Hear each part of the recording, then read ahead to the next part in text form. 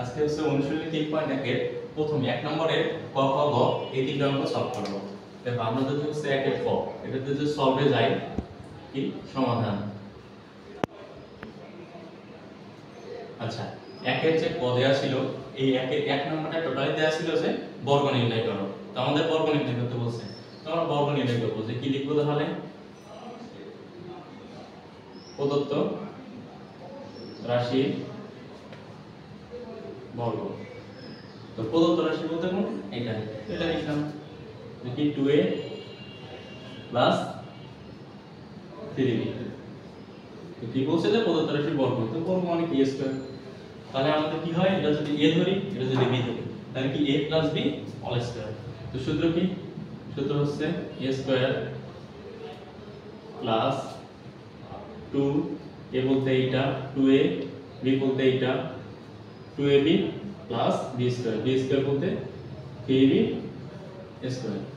তাহলে যদি আমরা সমাধানে আসি এখন 2 কে স্কয়ার করলে হয় 4, a কে স্কয়ার করলে a স্কয়ার প্লাস 2 দুগুণ 4, 3 4 এ 12 a b আর কি থাকে প্লাস 3 কে স্কয়ার করলে হয় 9, b কে স্কয়ার করলে b স্কয়ার। তো এটাই আমাদের কি আনসার। এক নম্বর অঙ্কটা আমরা সমাধান করলাম। এখন দেখো একের ক হইলো, একের কি খ। একের খ তো কি বলা আছে যে x স্কয়ার প্লাস 2 ভাগ y স্কয়ার এটা বর্গ নির্ণয় করো। তো কি লিখবো, প্রদত্ত রাশির বর্গ সেম ভাবে প্রদত্ত রাশির বর্গ। তো প্রদত্ত রাশির বর্গ এখানে কি দেয়া আছে একটা যে x স্কয়ার প্লাস 2 ভাগ y স্কয়ার কি বলছে বর্গ স্কয়ার করে দিলাম।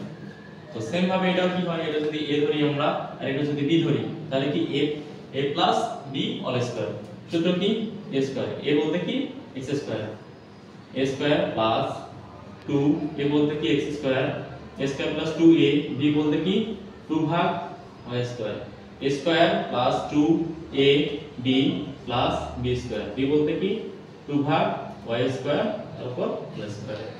তাহলে কি হচ্ছে আমাদের x স্কয়ার কে x স্কয়ার অল স্কয়ার করলে x to the power 4 plus 2, এখানে কি x স্কয়ার আর এখানে কি 2 ভাগ y স্কয়ার।